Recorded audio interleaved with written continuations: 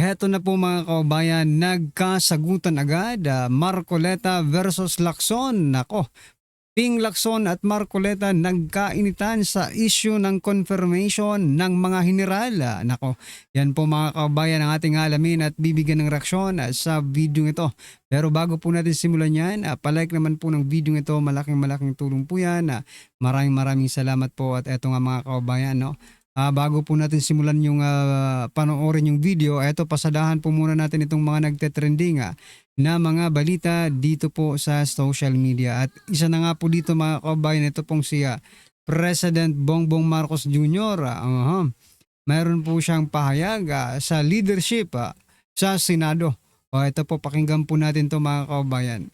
Sana naman sa paglagay ni Senator Sherwin bilang SP ay mabalik naman tayo sa normal na patakbo ng Senado. Well, that is exactly what we have been all hoping for, that things become more orderly, na maging maayos ang takbo.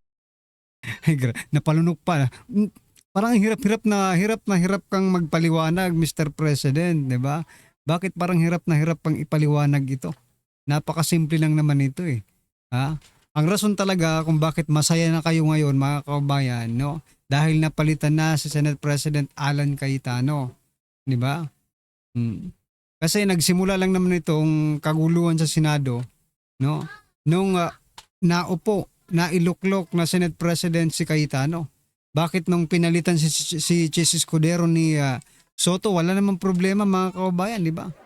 Nagkagulo lang talaga at hindi nila matanggap sa mga sarili nila na si Cayetano na at iimbestigahan na yung flood control mga kababayan. Nako. Ng Senado. Dahil kung titignan ninyo, yung mga ibang priority bills na sinabi natin kung bakit ang special session ay dahil doon. First of all, talagang priority bill yun. That was Ayan mga kababayan, isa pa yung priority bills na yan mga kababayan. Alam niyo po ba kung anong pinag-usapan? Isa po sa mga priority bills nila mga kababayan ang ipasa na maging pambansang orchids mga kababayan ang waling-waling. Aray go po. Diba? Nakakahiya. Diba? Nag-specialization pa kayo, yan lang palang ipapasan ninyo. Nako po. Identified months ago sa LEDAC. Talagang nandiyo na yon. Pangalawa, lahat dun tapos na sa House. So kailangan kunin na ng Senado para maipasa na, para maging batas. And that's what we were very worried about. And of course, the appointments, the FA, yung appointments ng mga general, all of those just came to a dead stop nung nagkakagulo. Nung hindi pumapasok yung mga senador, di sila nagsesession, yun na nga, you all know, I don't need to go through that. Alam ng lahat ng tao kung ano yung nangyari. Sana naman sa paglagay ni Senator Sherwin bilang SP ay mabalik naman tayo sa normal na patakbo ng Senado.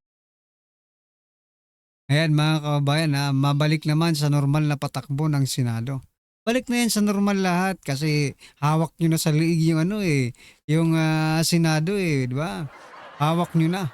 Kakampi na ni ng administrasyon, di ba? Yung Senado. Kaya babalik na po yan sa sa normal. Normal na naman yung nakawan, normal na naman po ang corruption, normal na naman po ang lahat ng normal para sa kanila, abnormal para sa taong bayan kasi hindi naman normal na nakawan tayo ng 1 trilyon sa flood control, di ba? Anyway, eto pa po mga kabayan, pasadahan din po natin to. Ito, talagang proud na proud si President Bongbong Marcos Jr. Ayan, Chis Escudero.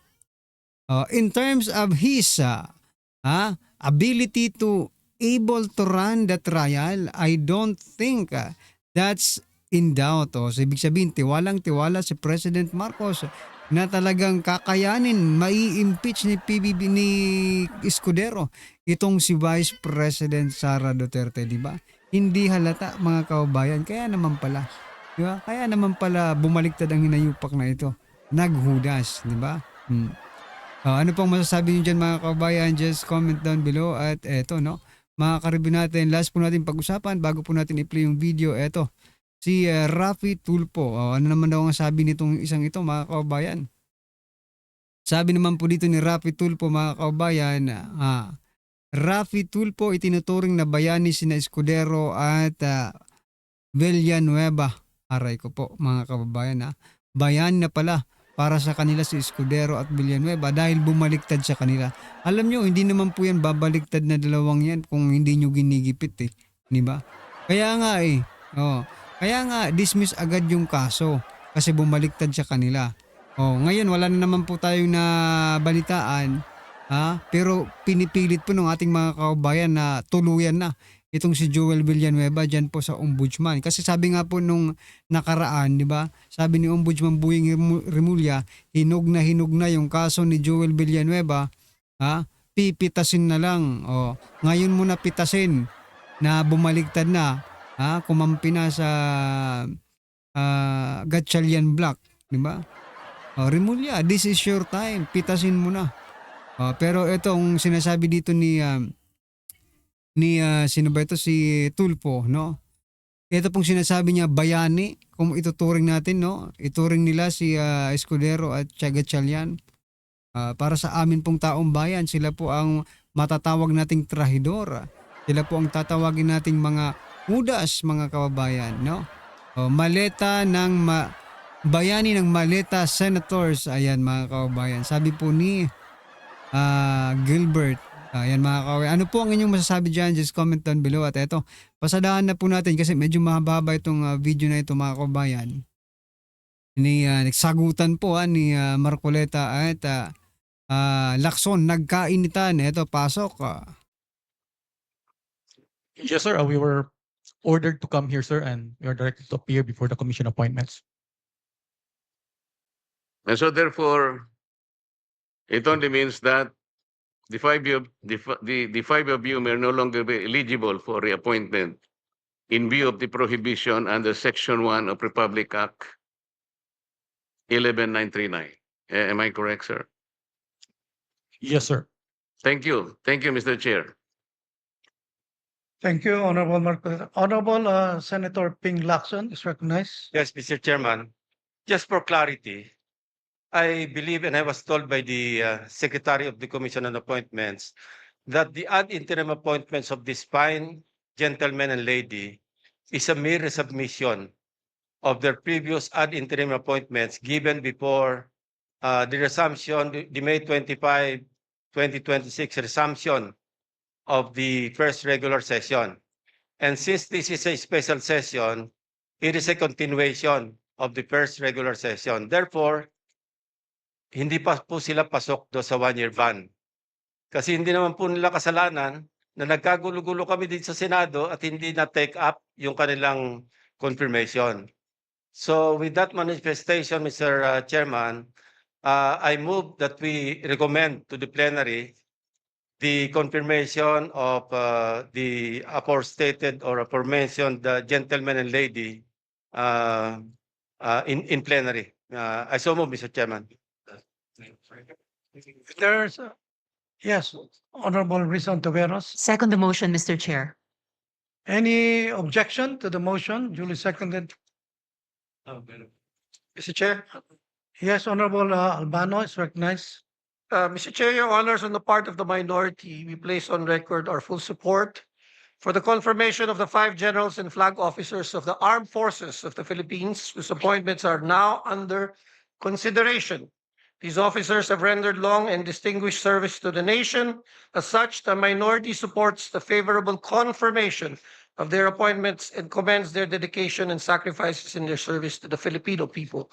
Mr. Chair, as the acting minority floor leader, on behalf of the minority and the Filipino people, we interpose no objection to their confirmation. Thank you, Mr. Chair. Thank you, Honorable Albano. Honorable Bongo is recognized.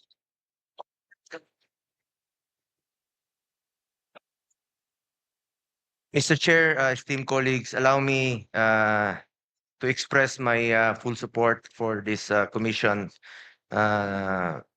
As this commission gives its consent to the well-deserved appointments of the senior officers of the Armed Forces of the Philippines. These officers have demonstrated professionalism. Yeah. Yeah, opo sir. Ano lang, support lang po, manifestation lang po. These officers have demonstrated professionalism, dedication, and unwavering commitment to their duties in safeguarding our nation's sovereignty, protecting our people, and upholding the Constitution. Wala na po akong katanungan sa kanila. And in fact, itong dalawa, no, si Vice Admiral Alan Madrid Javier, Lieutenant General Edmundo Peralta are mga tanglaw diwa, class of 92. Their years of service, leadership, and sacrifice reflect the highest ideals of military service and have earned them the trust and confidence of their fellow servicemen. At naintindihan ko rin po na yung 1 year bar rule, no, na dapat nilang mahabol dahil bawat star na alam po ni Senator Ping Lacson yan noon pa, parati nating pinaglalaban dahil napakahalaga po sa kanila yung 1 star na madagdag sa kanila. Yan po dala-dala na nila hanggang sa kanilang pagtanda. At maraming salamat rin po Senator Ping sa mga suporta mo noon sa sundalo. Mr. Chair, dahil sa kanilang kabayanihan at pagbibigay serbisyo sa ating bansa, gusto ko lang pong bigyang pagkilala at pagpupugay sina Vice Admiral Alan Madrid Javier, Lieutenant General Edmundo Peralta, Philippine Army, Major General Isagani Ocampo Criste, na naging PSG rin po nung panahon ni dating Pangulong Rodrigo Duterte, Brigadier General Nice Foro, no? Medrana Diaz Jr., Philippine Army, and Brigadier General Rosa Mawate Remo, women in uniform. Ma'am, sa panahon ng banta sa seguridad, sakuna at iba't pang hamon sa kapayapaan at kaayusan, sila ay naninindigan at naglingkod ng buong katapatan sa iba't ibang tungkulin at responsibilidad na kanilang ginagampanan. Napatunayan ng mga opisyal nito ang kanilang kakayahang mamuno at maglingkod. Panahon ng pandemya, panahon ng giyera sa Marawi, bagyo, lindol, baha, patuloy kayo nagtatrabaho para sa ating mga kababayan. At maalala ko po, nung panahon ni dating Pangulong Rodrigo Duterte, pinaglaban natin na madoble po ang sahod ng entry position ng military at lahat po ng uniform personnel dahil po yan sa inyong sakripisyo para sa bayan at hindi po natin mararating itong kinaroroonan natin kung hindi po dahil sa inyo. As our first line of defense, your continued courage and commitment are vital to defending our country's honor, rights, and future. We also call on you to remain steadfast in protecting our sovereignty. Maraming salamat po sa inyong dedikasyon, sakripisyo at walang katulad na serbisyo sa ating mga kababayan. Wala po akong katanungan kung hindi nagbibigay lang po ako ng full support dito sa ating hearing sa Commission on Appointments. Dati naman po akong membro dito since 2019 at hindi po matutumbasan ang inyong kontribusyon sa bayan, pero meron lang po akong paalala sa ating Armed Forces of the Philippines. Unahin lagi ang interes ng bayan. Unahin po lagi ang interes ng bawat Pilipino. Mabuhay po kayo. Maraming salamat po. Thank you, Mr. Chair. Senator Bongo. Yes, Honorable Marcoleta. Mr. Chair, I did not get proper explanation on the concern that I raised before this committee. I don't think we are in a position to violate an existing law. What I heard is an assumption that was passed on to the secretary of this commission. Somebody presumed that the appointment made last year is supposed to be continued. May May I ask the secretary to explain that if that assumption is correct? And if that assumption is enough to override the clear provision of the law?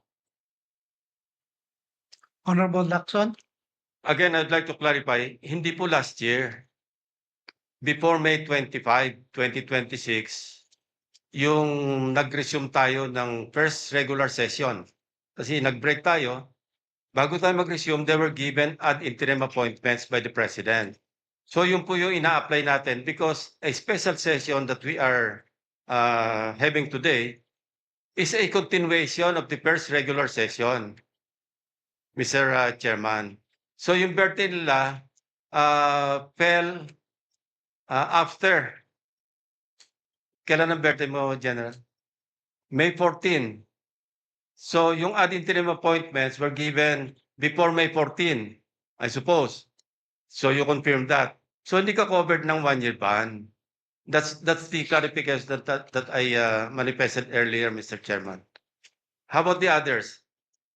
Covered sila ng hindi sila covered ng 1-year ban when they were given their ad interim appointments Before their before birthday, May 25, di ba?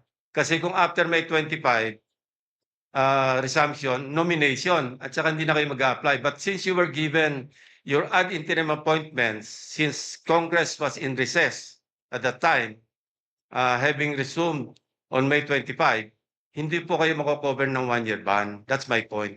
So I hope I satisfy the query posited by the Honorable Marcoleta. Thank you, Mr. Chairman. Well, Mr. Chair, that is an assumption. Somebody should explain from this committee if that assumption is correct. Because the law is the law. They have just reached their age of 56 and they were bypassed. That is a fact. We cannot change that fact, Mr. Chair. That is the only point that I'm trying to raise here. Kasi maliwanag po yung sinasabi naming batas. Wala po tayong personalan dito. I hope that these 5 officers, gusto ko rin naman sila na mailagay natin sa tamang ayos ng kanilang confirmation. But there is a hurdle here. Yun lang ang problema rito, Mr. Chair. Kasi maliwanag po yung sinasabi ng batas. Lumilitaw, after their compulsory retirement, less than 1 year na eh. As a matter of fact, they were unable to submit the documents for confirmation only, siguro, hindi ko po alam, but only the secretary can testify when exactly were they able to complete the documents for confirmation.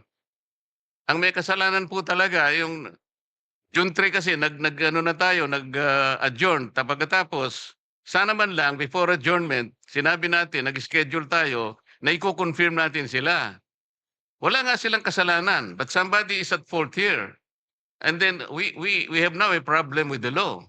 We cannot just simply say na we assume that they are not covered by 1-year ban. No.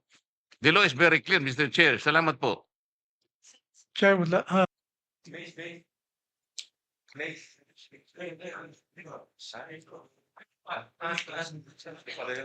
okay na. Honorable Teodoro, I'd like to make a manifestation. Honorable Marcy Teodoro.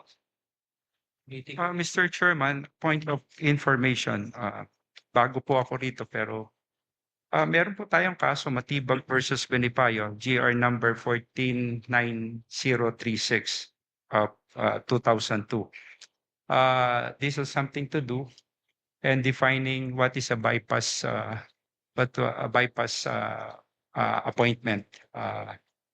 As pointed out earlier by Senator Lacson, that this is basically a continuation of the previous session.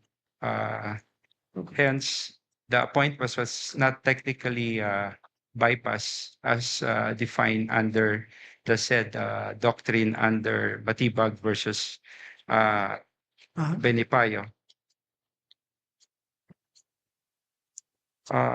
Point of information, Mr. Presiding, Mr. Chairman, this may help or guide the committee in its on its on its uh, uh, decision. As defined, a bypass appointment occurs only when upon the close of the session of Congress. It's true that the Congress was immediately adjourned, but a special session was called upon, so it's being considered a continuation this proceeding. So if June 17 of this year is considered a continuation of the same congressional session, and this is not a new session, that event triggers the bypass, but not yet not yet occurred. Therefore, the appointment remain pending. So yan mga kababayan, ano po ang inyong opinion, reaksyon patungkol po sa video ito? Just comment down below mga kababayan at huwag pong kalimutang i-like ang video ito. Malaking tulong po yan. Maraming salamat po.